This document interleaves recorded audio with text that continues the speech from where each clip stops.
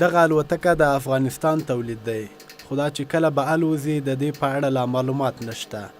دغه ځوان رشید الله نومیږي، د خوست ولایت د مندوزیو ولسوالۍ اوسیدونکی دی او شیخ زاید پوهنتون کې د ادبیاتو پوهنځی لولي. نوموړی خپل دغه کار د هڅونې زیږنده بولي. مو چې د وړیکولي څخه د رسامۍ سره ډېر شوق و او مخکې مې MBA هم جوړ کړی و او خلکو زه ډېر تشویق کړم او زه د دې نه وروسته بیا داسې فکر وکړو چې زه یو هلیکاپټر هم جوړ کړم او ما وکړی شول چې زه داسې هلیکاپټر په وال فکر جوړ کړم. دی هیله لري چې په دې برخه کې حکومت ورته اسانتیاوې برابرې کړي.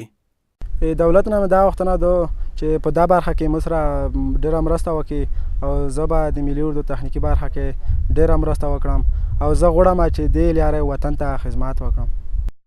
د یادونې وړ دی چې تر دې وړاندې هم په خوست ولایت کې 2 نورو ځوانانو برقي زنګو، اتومات دروازه او د ناروغانو د اسانتیا لپاره چپرکټ جوړ کړی و.